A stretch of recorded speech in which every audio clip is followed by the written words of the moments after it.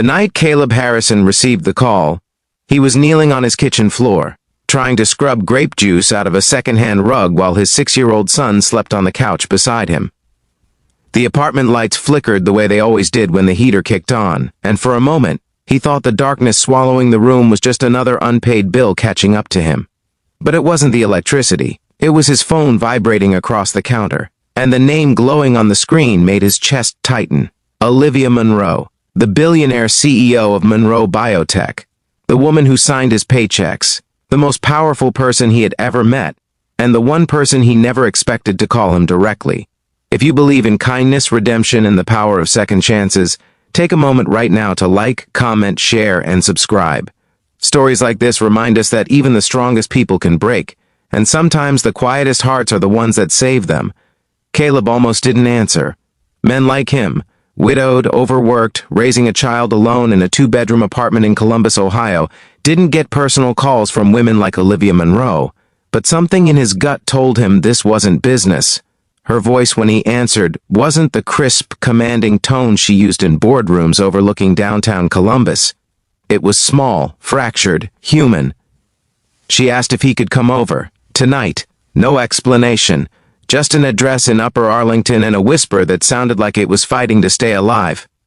Caleb stared at his sleeping son Mason, his small hand curled around a worn stuffed bear. He hesitated only a moment before calling his neighbor, Mrs. Donnelly, the retired nurse who sometimes watched Mason in emergencies. He told himself this was work. That helping his boss might mean security, stability, a future where the lights didn't flicker. But deep down, he knew it wasn't about the job. The Monroe estate stood like a fortress against the winter wind, all glass and stone and guarded gates. Caleb had only been there once before, for a company holiday event where he felt painfully out of place in his borrowed suit. Tonight there were no valet attendants, no laughter, just silence thick as snowfall. Olivia opened the door herself. She wasn't dressed in designer power suits. She wore a simple sweater, her blonde hair pulled back carelessly. Her eyes, the eyes that intimidated investors and politicians, were red and swollen. Caleb stepped inside, unsure of the rules when wealth stripped itself of armor. The house was immaculate, but something about it felt hollow, too quiet, too staged, like a museum pretending to be a home. Olivia led him to the living room, where financial reports were scattered across a marble coffee table. Headlines glowed from a muted television, stock dips, lawsuits, speculation about Monroe Biotech's future. Caleb recognized the look on her face. He had seen it in the mirror after his wife Hannah passed away from a sudden aneurysm 3 years earlier. It was the look of someone who had lost control. Monroe Biotech was facing federal investigation after a rushed clinical trial failed. Investors were pulling out. The media smelled blood. Olivia had built the company from scratch after inheriting nothing but her father's debt and a tiny lab in Cincinnati. Now everything she built was collapsing, and the board was preparing to vote her out. Caleb was just a project manager. He wasn't a lawyer, he wasn't a financial advisor, but he was loyal. He had stayed late nights helping teams reorganize when others clocked out. He believed in the company's mission to create affordable treatment for autoimmune diseases because Hannah had suffered from one. Olivia sank onto the couch and pressed her hands to her temples. She confessed that everyone she trusted was advising her to step down to protect her reputation, to salvage what she could.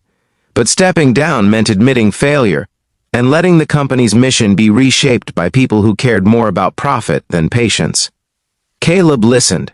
He didn't interrupt. He didn't offer polished solutions. He just listened, and when she finally looked up at him, exhausted and stripped of pride, she whispered something that would stay with him forever. She told him she was terrified, not of losing money, not of losing status, but of being alone in the collapse. Caleb felt something shift inside him. He had been alone in the hospital hallway when doctors told him Hannah was gone, alone filling out paperwork, alone explaining to a 4-year-old why mommy wasn't coming home. He knew what that loneliness felt like, the kind that swallowed your breath. He moved closer, not crossing lines, just bridging distance. He told her she wasn't alone tonight, and for the first time since he'd known her, Olivia Monroe let herself cry in front of someone who had nothing to gain from her weakness. Over the next hour, they combed through the reports together. Caleb pointed out overlooked data, inconsistencies in how the trial results were being framed by media analysts. He wasn't a scientist, but he was meticulous. He noticed patterns. He had spent years stretching paychecks, calculating every dollar. Crisis had sharpened him. He suggested transparency instead of retreat. A public acknowledgement of the failed trial, paired with a commitment to independent review. He suggested bringing patients into the conversation. Real stories from people whose lives had improved because of earlier treatments Monroe Biotech developed. It wasn't flashy. It was honest. Olivia listened. As midnight approached, something in her posture changed. The defeated slump straightened into resolve. She began drafting notes, calling her legal team, planning a press conference not to defend, but to take responsibility and reaffirm purpose. Before Caleb left, Olivia walked him to the door. The snow had begun to fall, coating the driveway in white. She paused. Her voice was steady now, but softer than he had ever heard it.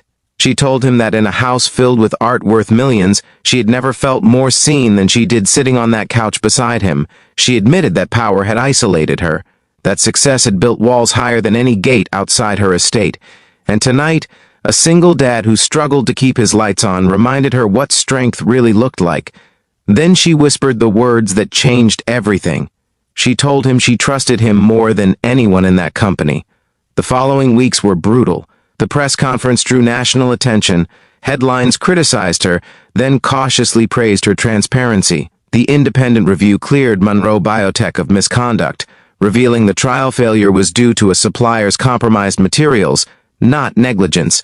The board's vote to remove her was suspended. Investors slowly returned, but the real change wasn't in the stock price. It was in Olivia. She began holding open forums with employees. She visited labs personally. She created a foundation in Columbus to support families dealing with chronic illness, naming it after Hannah, after learning Caleb's story. Caleb didn't ask for recognition. He didn't expect promotions. But one afternoon, months later, Olivia called him into her office, the towering glass one that overlooked the city skyline. She offered him a new role, Director of Community Outreach, leading the foundation and bridging patient voices with corporate decisions. It came with a salary that would move him and Mason into a small house with a backyard. When Caleb told Mason they were getting a yard, the little boy burst into tears of joy. Not because of money, but because he could finally have a dog. Life didn't transform overnight into perfection. Grief still visited Caleb in quiet moments. Pressure still weighed on Olivia's shoulders. But something fundamental had shifted. They had both discovered that strength isn't measured by wealth or titles.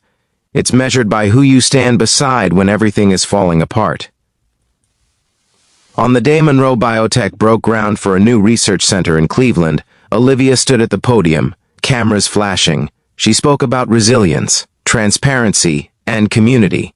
And when she thanked Caleb Harrison publicly for reminding her why she started, the crowd erupted. He stood there, holding Mason's hand, overwhelmed. Because sometimes, the most powerful thing a person can do is simply show up. If this story touched your heart, if it reminded you that even the strongest people need someone to lean on, please take a moment to like, share, and comment below. Your support helps these stories reach more people who might need hope tonight.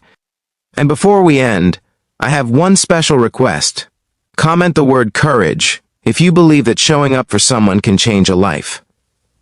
As the sun set over the Columbus skyline that evening, Caleb watched Mason chase imaginary fireflies across their new backyard.